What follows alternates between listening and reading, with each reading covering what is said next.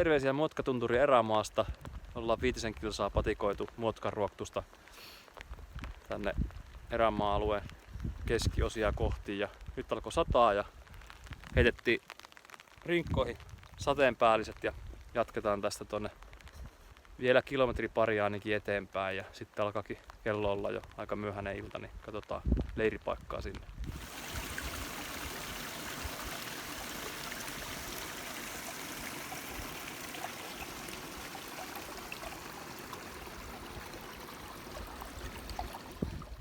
Terveisiä Muotkatunturiin erämaasta. Eilen illalla lähdettiin aika myöhääkin vasta Muotkanruoktusta, jossa mahtava Hans, 90-vuotias vanha mies, joka sitä paikkaa on jo kymmeniä vuosia pitänyt, niin kertoi meille mahtavia tarinoita. Ja joidenkin podcastien ja videoiden perusteella olin Hansiin törmännyt aiemmin ja nyt pääsin vihdoin sitten face to face tapaamaan hänet ja se oli kyllä hieno hetki. Ja saatiin hyvät reittivinkit Hansilta ja päästiin siinä samaan aikaan paikalle sattuneiden 3 tämmöisen varttuneemman brittiläisen maantiepyöräilijän vaeltajakolmikon tulkiksi sitten niin heidän ja Hansin välille, niin sekin oli sinänsä hyvä sattuma siinä, mutta joo, se oli varmaan 8:30-9 aikana. 8:30-9 välillä illalla, kun päästiin vasta Muotkanruoktusta lähtemään. 10 kilsaa painettiin illan aikana ja yöllä leirityttiin tämmöiselle kodalle tänne Jelgenaivin kainaloon ja tuolla näkyy meidän telttoja taustalla. Ja törmäsin tässä telttapaikalla nyt päivällä sitten myös Kelo Outdoors-kanavalta tuttuu Jereen. Terveisiä vaan Jerelle. Kiitos reittivinkkeistä. Ja muutama muu vaeltaja tässä on kans tullut paikan päälle tänään. Eilen illalla ja yöllä ei nähty ketään. Pari telttaa täällä oli, kun paikalle saavuttiin. Tämmönen kota siis täällä. Noin 10 kilometriä Muotkanruoktusta lounaan suuntaan kohti Peltojärveä. Joo, tästä jatkuu meidän vaellus. Ja 4 yötä olisi tarkoitus olla täällä erämaassa. Ja kylmä oli yöllä, todella kylmä. Piti lisätä vaatetta muutaman kerran, pakkaselle meni reilusti. Mutta onneksi vaatetta on mukana ja tästä matka jatkuu nyt muutaman tunturihuipun kautta kohti Muotkan spaata. Se on semmoinen pieni järvi, niin sanottu Muotkan spa, semmoinen pieni järvi, joka löytyy tuolta yhden tunturihuipun päältä. Ja sieltä on mahtavat maisemat eteenpäin ja sieltä jatketaan sitten kohti Peltotunturia, Peltoaivia ja mahtavaa Peltojärveä.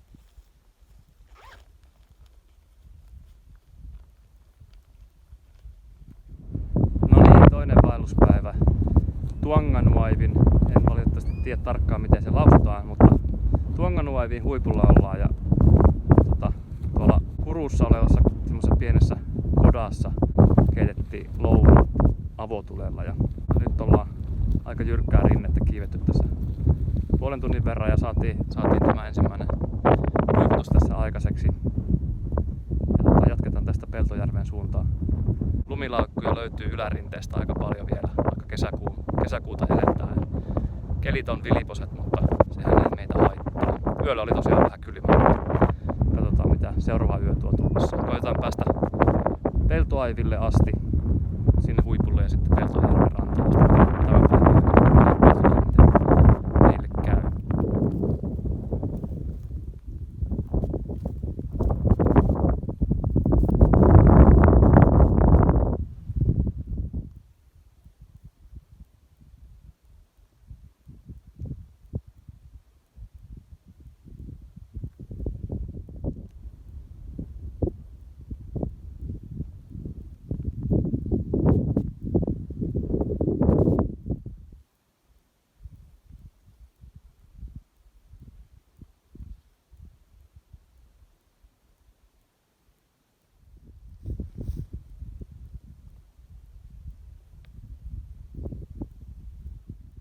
No niin, nyt ollaan saavuttu tänne Junganwaivin päähuipulle.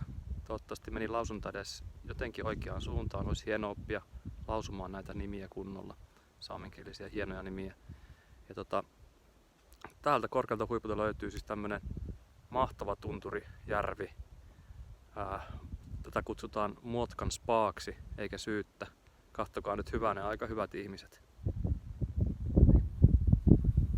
Siis tunturin huipulla tällainen järvi. Täällä on lunta toki vielä vähän ja vesi on tietysti kristallinkirkasta. Ja tästä jatketaan sitten vaellusta kohti Peltoaivin huippua ja Peltojärveä.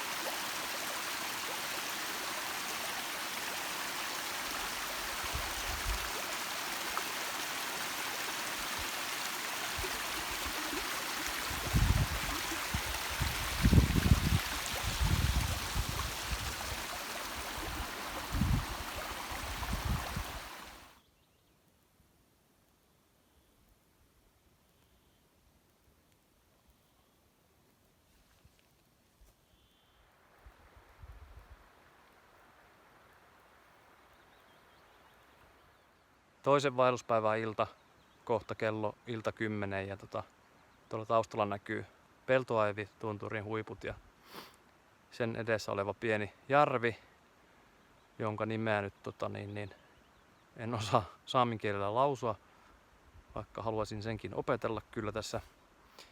Eli kohta on toinen vaelluspäivä takana, mennään leiritymään tonne tuon järven rantaa ja sitten ehkäpä vielä keskiyötä vasten ilman rinkkoja tonne Peltoaivin huipulle.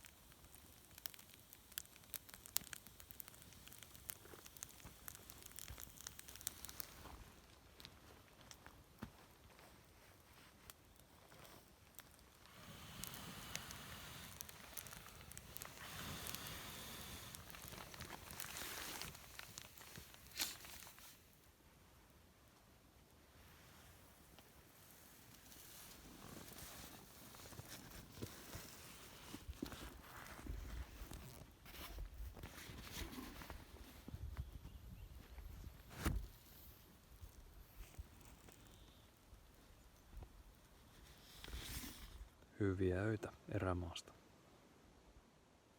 Huomenta, 3. vaelluspäivä ja nyt meillä olisi tarkoitus lähteä tuonne Peltoaivin huipulle, mikä näkyy tuolla tämän meidän Telttailujärven rannalla tai toisella puolella. Ja tässä on tämmöiset mahtavat hiekkasärkät tämän lammen rannalla. Tää on aivan uskomaton paikka. Ja katsotaan, onko meillä voimia ja jaksamista lähteä vielä Kuorvikotsalle asti, joka on Motkatunturien korkein huippu. Siinä olisi tästä noin 15 kilsaa ja meillä on päiväreput nyt vaan mukana ja jätettiin teltat tähän lammen rantaan. Ja takaisin pitäisi siis tämän päivän aikana sieltä selviytyä viimeistään yöllä, jos sinne asti lähdetään. Aikataulu on vähän tiukka, mitä ei saisi tämmöisellä vaelluksella koskaan olla, mutta meidän pitäisi huomenna illalla viimeistään olla takaisin tuolla Motkan ruoktussa. Sinne on tästä noin 15 kilsaa matkaa. Ja Kuorvikotsan huippu on tosiaan täysin päinvastaisessa suunnassa, että meille tulisi sitten semmonen 45 kilsaa vaellettavaa, jossa toki osa ilman rinkkoja. Mutta lähdetään katsomaan, miltä legendaarisen Peltotunturin tai Peltoaivin huipulla näkymät näyttää tuonne alas Peltojärvelle päin.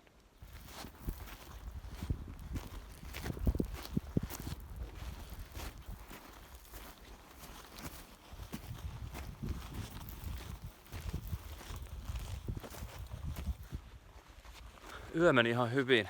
Ei ollut ihan niin kylmä kuin edellisenä yönä. Ja tehtiin myöhään illalla vielä erätulet tuossa lammenrannassa. Ja oli aika lahoa tunturikoivua ja märkää puuta. Oli aika vaikea saada syttymään. Ja huonostihan ne paloi, mutta saatiin me sitä kunnon roihut hetkeksi aikaa kuitenkin aikaiseksi. Ei hyvää näkö, kahtakaa tätä maisemaa. Tää on niin kuin jossain Afrikassa olisi. Mutta ollaan niin kuin melkein niin pohjoisessa kuin Suomessa vaan pääsee. Ei aivan, mutta melkein. Ja joo, yö nukuttiin hyvin ja nyt olisi tarkoitus tehdä tämmönen 12 tunnin päivätrekki tässä. Ei ketuta, ei väsytä enää, kun syötiin hyvät aamupuurot ja muut. Ja välillä tulee tietysti vaelluksella tommosia hetkiä, että niin kuin moni vaeltaja tietää, että mitä mä täällä oikein teen. Ja on kylmä ja vilu ja tosi kylmä tunturituuli ja ei pääse oikein lämpimään ja väsyttää ja vähän ketuttaakin välissä.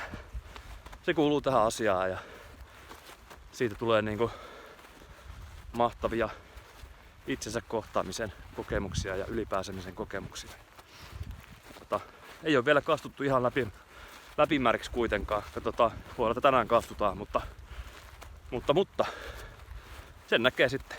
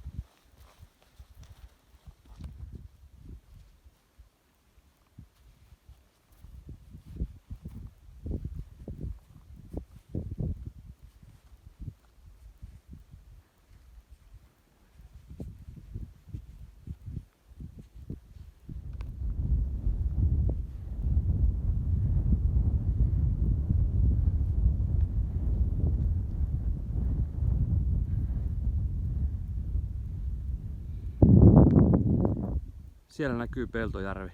Pikkuhiljaa noustaan tässä koko ajan Peltoaivin huippua kohti. Ja nyt saatiin mahtava Peltojärvi näkyviin tässä kohti eka kertaa.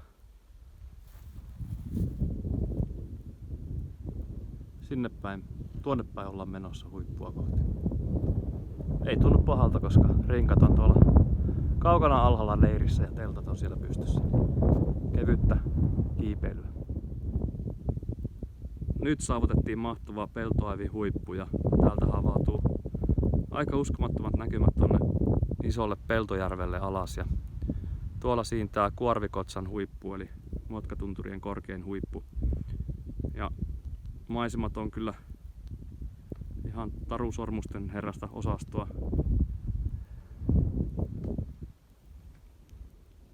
Melkoinen saderintama tuolla. Synkkää on ja mietitään tässä koko ajan, että lähdetäänkö vielä huiputtamaan Kuorvikotsaa. Pientä lumisadettakin alkaa tässä ripotella just, että joo, onneksi meillä on päällä ihan mukavasti. Tällä hetkellä ihan hyvä happi tässä. On mahtava meininki. Elämälle kiitos, että täällä ollaan.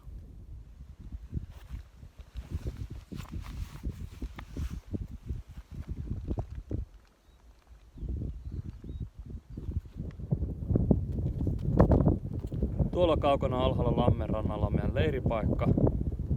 Tuolla on Peltoaivin jossain sivuhuipulla, mistä löytyy tämmönen hieno valkoinen kivi. Tuolla päin on Peltoaivin huippu, missä äsken oltiin. Tuolla se Kuorvikotsa siintäisi. Ainakin nyt sinne suuntaan lähdetään. Katsotaan mihin asti päästään.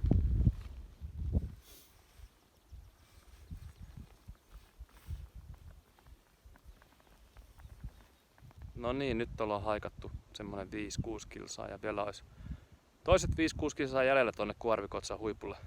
Näkyy tuolla.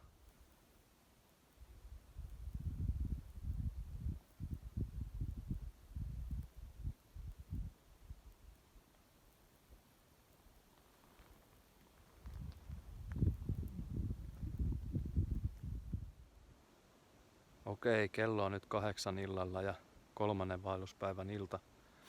Tai 2,5 päivää oikeastaan nyt vaellettu. Ja me ollaan tänään siis nyt 7 tuntia painettu tuolta Peltoaivitunturin takaa tänne Kuorvikotsaa kohti, joka näkyy tuossa taustalla. Ja on ollut kyllä tuskien taivaalla, että välillä usko meinaa loppua, että jaksetaanko me tuonne ja vielä takaisin samana yönä. Meillä olisi vielä niin kuin 15 kilsaa tuonne leiriin takaisin, kun ensin päästään tuonne huipulle, että oltaisiin tyyliin aamu 5 aikana takaisin leirissä. Mutta nyt kun on kerran lähetty, niin sinne painetaan. Toivottavasti päästään perille ja takaisin. Ruokaa ja evästä on mukana, siitä ei ole puutetta ja keli on tosi hyvä, niin ei tässä nyt mitään hätää ole.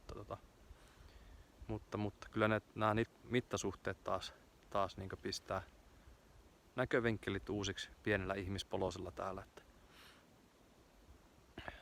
tunturi ei päästä helpolla. Se pakenee kauemmas ja kauemmas mitä pitemmälle patikoi, mutta kyllä se loppujen lopuksi kuitenkin jossain vaiheessa pakosti tulee vastaan, jos vaan jaksaa painaa, mutta hullurohkea ei saa olla. Nyt ollaan tosi kaukana kaikesta mahdollisesta täällä.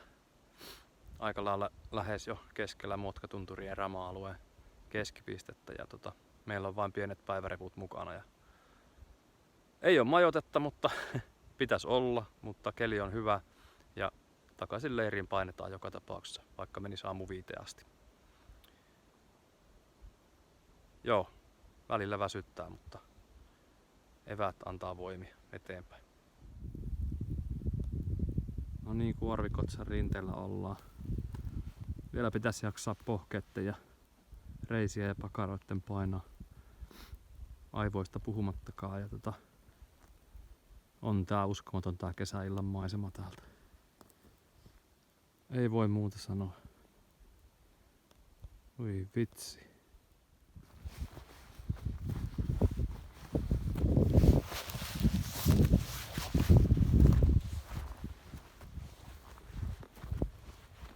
Tuolla se kilometrin päässä siintää se huippu. Siinä se nyt on. Vielä joitakin kymmeniä metrejä jyrkkää rinnettä ylöspäin. Ja Kierrettiin sivurinteen kautta parin todella jyrkän nousun jälkeen. Sitten on tää viimeinen linnoitus täällä ihan ylhäällä vielä. Täältä avautuu nyt siis aivan järkyttävät maisemat. Aivan järkyttävät hienot maisemat. Myöhäisiltä alkaa olla. Täällä on vähän valoa tuohon kuvaan. Ei oo hirveän smoothia nyt tämmönen, mutta se nyt sille ei oo mitään merkitystä. Tää on ihan uskomatonta. Uskomatonta vaikka olisi kuin huonosti kuvattu, niin sillä ei ole mitään merkitystä täällä. Jäädään Saksan huipulle. Tuolla on Mikke. Muutamia vuosia nuorempi ja saman verran parempi kuntoisempi ilmeisesti. Se on hyvä.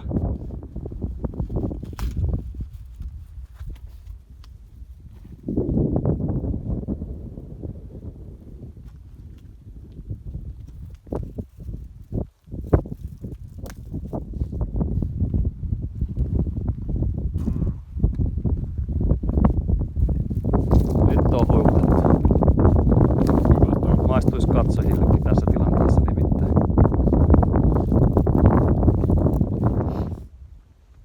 Nyt ollaan Kuorvikotsan huipulla. Aivan käsittämätön juttu, että oikeasti jaksettiin tänne päiväretken puitteissa tuolta kaukaa Peltoaivin takaa. Tuolla näkyy Peltojärvi taustalla ja Peltoaivin huippu niin kuin tuolla suunnassa.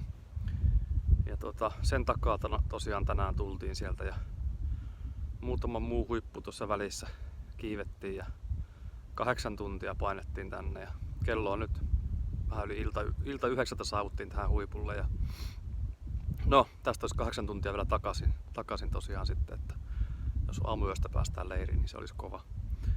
Mutta nyt on ihan uskomaton fiilis, me ollaan Muotkan katolla nyt täällä Kuorvikotsen huipulla, mikä on Muotkatunturin erämaa-alueen korkein huippu. Ja fiilis on nyt 8 tunnin patikan jälkeen niin kuin aivan sanoin kuvaamaton. Että nyt on keskiyön. Yötön yö tulee olemaan tuossa parin tunnin päästä keskiyölläkin. Ja valosta ei huomaa onko päivä vai yö. Ja toki kroppaa väsyttää, mutta kaikki tää oli kyllä sen arvosta, että Kuorvikotsan legendaarinen huippu.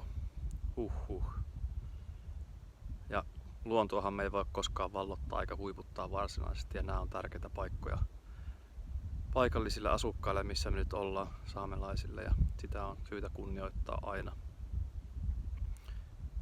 Tosi kiitollinen fiilis, että jaksettiin tänne asti kiivetä ja päästiin kokemaan tää Kuorvikotsan huippu.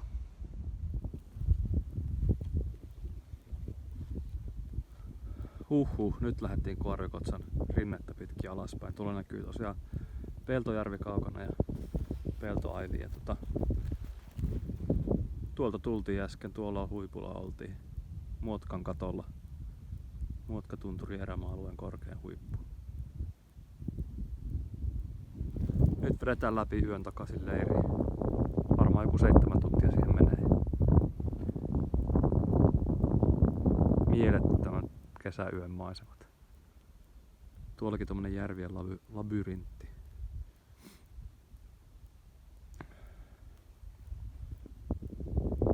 Yes.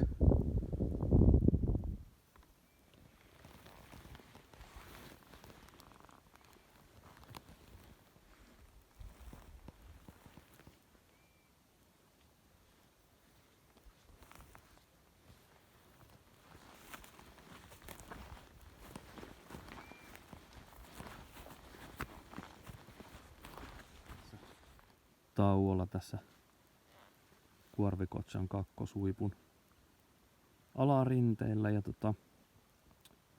vielä olisi semmonen 12 kilsaa eessä päin yöttömässä yössä ja aurinko paistaa, joten mikäs siinä. Aivan mahtavat säät kerta kaikki. Kello on 3:05 aamuyöllä. Tuolla keskellä siintää tervähuippunen Kuorvikotsan huippu. Sieltä tultiin 9:30 lähdettiin illalla sieltä. Ja pari kilsaa olisi vielä jäljellä tässä. Aika poikkealla alkaa kyllä olla.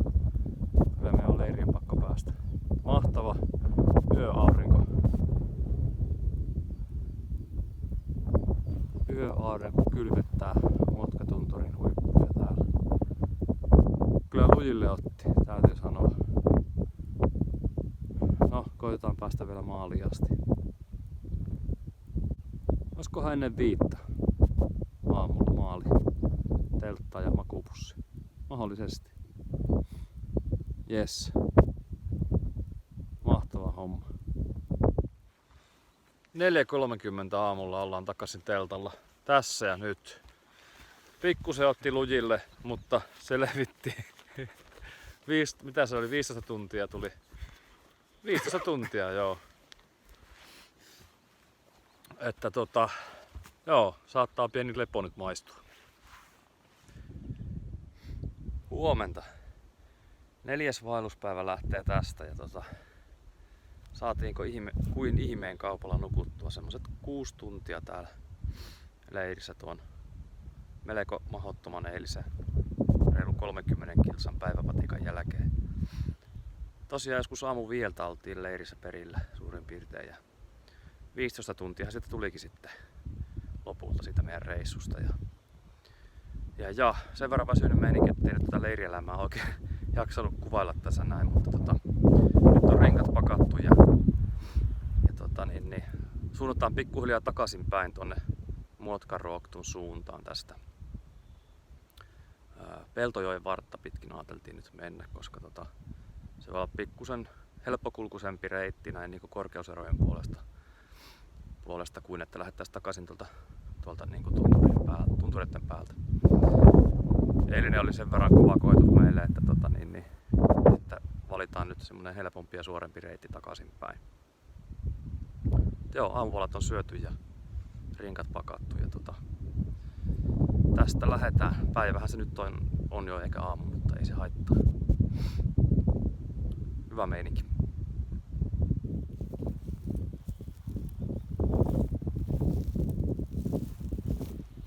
Tuossa näkyy meidän leiripaikkaa. Siinä on tulipaikka. Ekana iltana saatiin tähän tuleet. Tosiaan pari yötä tässä meidän teltat oli, koska me oltiin itse päiväreissulla.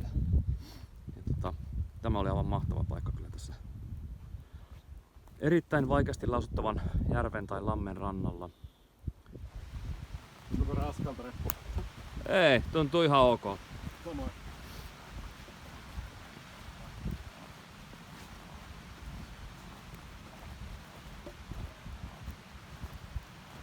Lähdetään laskeutumaan Peltojoen laaksoon. Tää maisema on niin kuin jostain leffa-lavasteista. Hyvänen aika. Tunturimittari on vähän tuhonnut täällä. Tehnyt tuhojansa, että on aikamoinen Mordor-näkymä. Mutta on hieno. Aivan oma maailmassa täällä. Uskomattoman hienoa. Eiliset uupumiset ja melkein reitin varrelle jäämiset paljon enää paino. Rakkolaastaritkin on jaloissa. Ei onneksi tullut pahoja rakkoja, kun oli hyvät kengät. Täällä painetaan kohti Peltojoen vartta ja legendaarista Lahtisen kämppää. No niin, siellä siintää legendaarinen Lahtisen kämppä. Pieni Lahtisen kämppä. Kaikki kiinnostuneet voi lukea tämän tarinan internetin syövereistä. Tää on tosiaan nyt meillä 4. vaelluspäivä, kun tullaan tänne, vaikka luultavasti monet motkavaeltajat tulee tänne ensimmäisenä tai toisena päivänä. Me tultiin nyt eri suunnasta ja siinä se nyt olisi itselläkin eka kertaa. Lahtisen kämppä. Ai että. Tuolla on Peltojoki. Virtaa. Katsotaan mitä sieltä löytyy. Hieno ovenripa. Jota en osaa yhdellä kädellä nyt käyttää.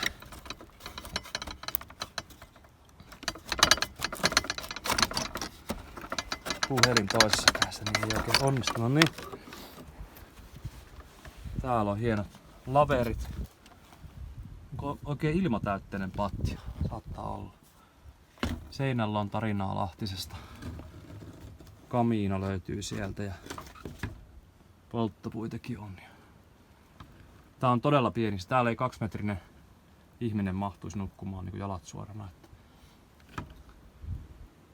Itse voisin ehkä just mahtua 1,87 m mittaisena, mutta... Ai että, täällä on hyvä tervan tuoksu. Ei oo yhtään homeinen tuoksu kyllä. Ainakaan tässä ovella. Okei, me ruvetaan tutkimaan Lahtisen kämppää nyt paremmin päin. Ja kohti jatketaan vaellusta eteenpäin takaisin kohti Muotkan ruoktua.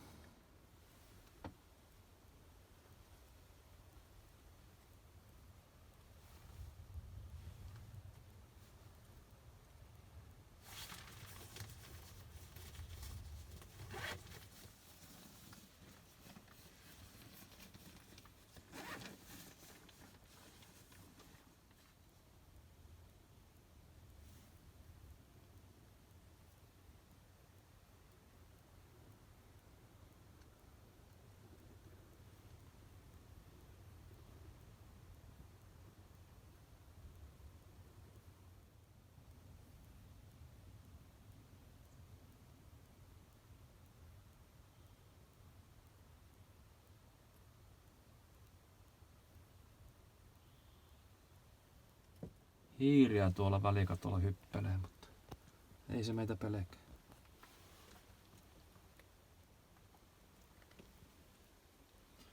Täällä olikin hieno Lahtisen historia täällä seinällä, että kuvasin sen tähän videolle, niin sitä voi sitten pausettamalla ja stoppaamalla jokainen, joka haluaa, niin lukasta. Matka jatkuu Peltojoen vartta pitkin kohti pohjoista.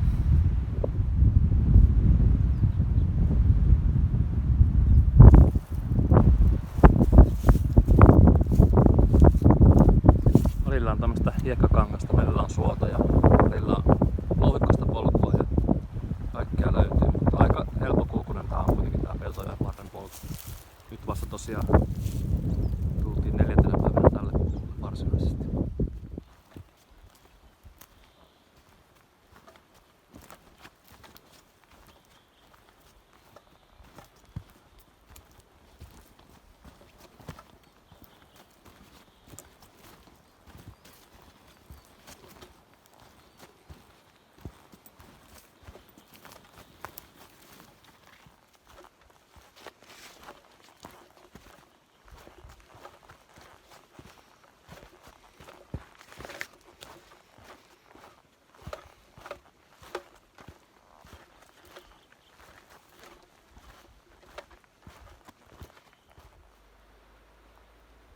Vaellus on nyt päättymässä ja uskomatonta kyllä, niin nyt kun vajaa 15 kilsaa ollaan tänään lopputaivaalla vedetty, niin tuolla vastarannalla kun näkyy tuo Muotkan ruoktun tunturikylä, niin sateenkaari tervehtii meitä vaelluksen maalissa ja osoittaa suoraan tonne Muotkan ruoktuun. En tiedä näkyykö kovin hyvin videolla, mutta kyllä se varmaan jotenkin näkyy siellä. Aivan uskomaton homma. Lisäksi kuuluu maantien äänet, autojen kohinat. Tuntuu leivästi oudolta, kun on ollut monta päivää tuolla erämaan hiljaisuudessa. Ei kai siinä, takaisin ihmisten pariin ja seuraavia vaelluksia ootellessa. Mä haluan kiittää sua, kun katsoit tämän videon. Hieno homma, kiitos siitä. Aika uusi juttu itselle vielä tää vlogityyppinen retkeily tai vaellus tubettaminen. Mä ajattelin ensin, että mun juttu olisi enemmän tommoset voice-over-pätkät, missä kerrotaan joku paikan tarina tai käydään jossain kaukaisessa paikassa. Ja niitäkin varmasti tulee lisää tälle kanavalle, mutta kun kerran reissuja ja yön yli reissuja ja monien päivien vaelluksia ja toivottavasti tulevaisuudessa pitempiäkin vaelluksia tulee kerran tehtyä, niin miksipä sitten ei niitäkin tänne kuvailisi samalla. Ei kai siinä. Tai kyllä kai siinä. Kiitos kun kahtoit tosiaan ja palaillaan asialle.